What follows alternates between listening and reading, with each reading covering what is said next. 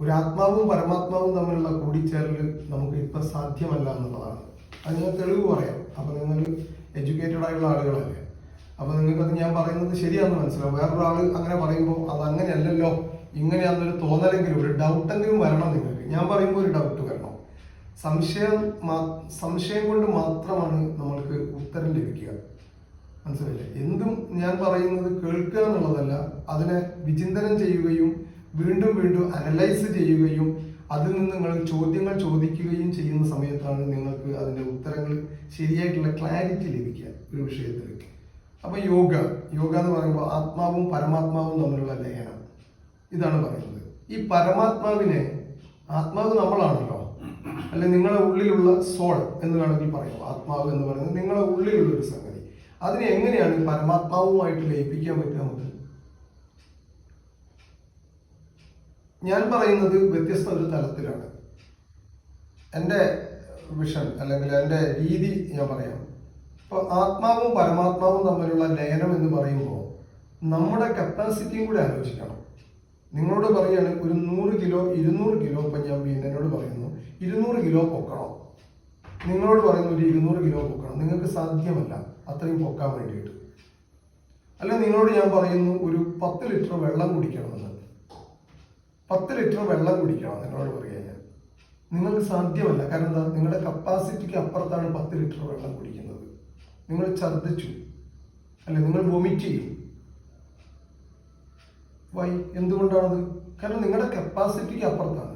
അപ്പോൾ ഈ പരമാത്മാവ് എന്ന് പറയുന്ന ഒരു സംഭവത്തെ നിങ്ങൾക്ക് ഇങ്ങോട്ട് എടുക്കണമെങ്കിൽ നിങ്ങൾക്ക് കപ്പാസിറ്റി വേണ്ടേ? അതൊരു സംഭവമല്ലേ. നിങ്ങൾക്ക് 5 ലിറ്റർ കൊള്ളുന്ന ഒരു കുപ്പി, 10 ലിറ്റർ വെള്ളം ഇതിലുണ്ട്, നിങ്ങളുടെ പാത്രത്തിലുണ്ട് 10 ലിറ്റർ. ഈ 10 ലിറ്റർ ഈ 5 ലിറ്റർ കൊള്ളുന്ന കുപ്പിയിലേക്ക് ഒഴിച്ചാൽ അത് ഓവർഫ്ലോ ആവും.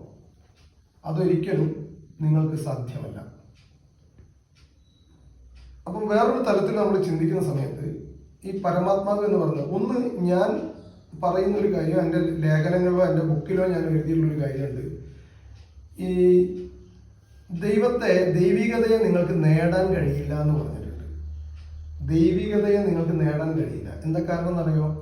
ദൈവികത നിങ്ങളുടെ ഉള്ളിലുണ്ട്. പിന്നെ നിങ്ങൾ നേടേണ്ടത് എപ്പോഴും, നിങ്ങൾക്ക് കുറച്ച് ക്യാഷ് ആവശ്യമുണ്ട്, എന്നിട്ട് നിങ്ങൾക്ക് ഒരു റോൾസ് റോയ്സ് കാർ വാങ്ങണം. അത് നിങ്ങൾക്കൊരു നേട്ടമാണ്, വെച്ചാൽ നേടേണ്ടതാണ് നിങ്ങൾക്ക്. കാരണം നിങ്ങളുടെ കയ്യിൽ എന്തില്ല? റോൾസ് റോയ്സ് കാർ ഇല്ല. അപ്പൊ നിങ്ങൾക്ക് അത് നേടേണ്ടതാണ്. പക്ഷെ നിങ്ങളുടെ കയ്യിൽ ഒരു കാർ ഉണ്ടായിരിക്കെ ആ കാർ നിങ്ങൾക്ക് നേടേണ്ട കാര്യമില്ല. കാരണം ഉള്ളതിനെ നേടേണ്ട ആവശ്യമില്ല. ഈ ഈശ്വരീയ അംശം എന്ന് പറയുന്നത് നിങ്ങൾ ജനിക്കുമ്പോൾ തന്നെ നിങ്ങളിലുള്ളതാണ്. നിങ്ങൾ ജനിക്കുമ്പോൾ നിങ്ങളിലുള്ള ഈ ഈശ്വരനെ നിങ്ങൾ പിന്നെ തേടേണ്ട കാര്യം എന്താണെന്നാണ് എൻ്റെ ചോദ്യം. അതിനെ വളർത്തിക്കൊണ്ടുവന്നാൽ മതി. ഒരു ചെടി, ചെറിയൊരു ചെടി കുഴിച്ചിട്ട് ആ ചെടിയെ മെല്ലെ വെള്ളവും വളവും കൊടുത്ത് എങ്ങനെയാണോ വളർത്തി കൊണ്ടുവരുന്നത്, അതുപോലെ തന്നെയാണ് ഈശ്വരീയാംശത്തെ, നിങ്ങളിലുള്ള ഈശ്വരനെ വളർത്തിക്കൊണ്ടുവരുന്നത്. ഒരുപക്ഷെ നിങ്ങളുടെ ശരീരത്തിലോ നിങ്ങളുടെ മനസ്സിലോ 10% ഈശ്വര അംശമുള്ളതെങ്കിൽ അതിന് 50-ലേക്കും 60-ലേക്കും 70-ലേക്കും 90-ലേക്കും പൂർണ്ണമായ ഈശ്വരനിലേക്കും കൊണ്ടുവരുന്ന ഒരു രീതിയാണ്, പ്രോസസ്സിംഗ് ആണ് നമ്മൾ അതിനെ കൂട്ടിക്കൊണ്ടുവരുന്നതെന്ന് നമ്മൾ പറയുന്നത്. ഈശ്വരനെ കൂട്ടിക്കൊണ്ടുവരിക അല്ലെങ്കിൽ ഈശ്വരനെ വളർത്തിക്കൊണ്ടുവരിക. നിങ്ങളുടെ ഉള്ളിലുള്ള ശക്തിയെ നിങ്ങൾ എന്ത് ചെയ്യുക? മെല്ലെ മെല്ലെ മെല്ലെ മെല്ലെ സാവധാനത്തിൽ കൂട്ടിക്കൊണ്ടുവരിക എന്നുള്ളത്. അപ്പം ഈ ഈശ്വരീയ അംശത്തെ കൂട്ടിക്കൊണ്ടുവരണമെങ്കിലുള്ള ചെറിയൊരു പ്രോസസ്സാണ് യോഗ എന്ന് പറയുന്നത്. അതാണ് വേറൊരു തലം ഞാൻ പറഞ്ഞത്. അപ്പോൾ യോഗിമാരെങ്ങനെയാണ് ചെയ്യുന്നത്? ഞാൻ പറഞ്ഞല്ലോ, ആരും ആദ്യം യോഗിയായി ജനിക്കുന്നില്ല. പലരും രോഗിയായതിനു ശേഷമാണ് പിന്നെ യോഗിയാവുന്നത്.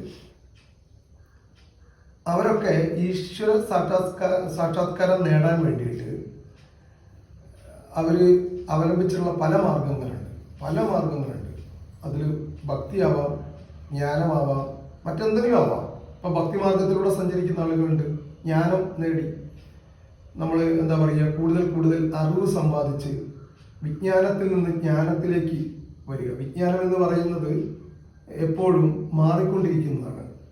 ഭൂമി പരന്നതാണെന്ന് പറയുകയും പിന്നീട് ഉരുണ്ടതാണെന്ന് പറയുകയും ചെയ്യുന്നതാണ് വിജ്ഞാനം. ആ വിജ്ഞാനത്തിൽ നിന്ന് ജ്ഞാനത്തിലേക്ക്. ആയുർവേദം ഒരു ജ്ഞാനമാണ്, യോഗ ഒരു ജ്ഞാനമാണ്, വിജ്ഞാനമല്ല. അത് ഇനി ഈ ഭൂമിയുള്ള കാലത്തോളം, മനുഷ്യനുള്ള കാലത്തോളം അത് അങ്ങനെ തന്നെ ആയിരിക്കും. പക്ഷെ പുതിയ ചെറിയ നമ്മൾ പറയുന്ന ചില കണ്ടുപിടുത്തങ്ങൾ എന്ന് പറയുന്ന സംഗതിയെ പിന്നീട് തള്ളി പറയും. ഇപ്പൊ കോവിഡ് ഉണ്ടായത് ഇന്ന ഒരു ഇതിൽ നിന്നാണ്, ഒരു വൈറസിൽ നിന്നാണെന്ന് ഇന്ന് പറയുകയും ഒരു 20, 30, 40, 50 വർഷങ്ങൾ കഴിയുമ്പോൾ അത് മാറ്റി പറയുകയും ചെയ്യും. അതാണ് വിജ്ഞാനം. ഞാൻ ഉദാഹരണം പറയുകയാണ്. അങ്ങനെ ഒരുപാട് അസുഖങ്ങളെ കുറിച്ചുള്ള ധാരണകൾ പിന്നീട് മെഡിക്കൽ സയൻസ് തന്നെ മാറ്റിയിട്ടുണ്ട്. അതുകൊണ്ടാണ് വിജ്ഞാനം എപ്പോഴും മാറിക്കൊണ്ടിരിക്കുന്നത് എന്ന് പറയുന്നത്.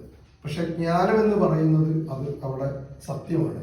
ജ്ഞാനത്തിന് മാറ്റമില്ല. അതാണ് ഋഷിമാർ കണ്ടുപിടിച്ച ജ്ഞാനങ്ങൾ ഒരിക്കലും മാറാത്തത്. അത് അവിടെ തന്നെ നിലനിൽക്കുന്നതാണ്. അത് ശാശ്വതമായ സത്യമാണ്.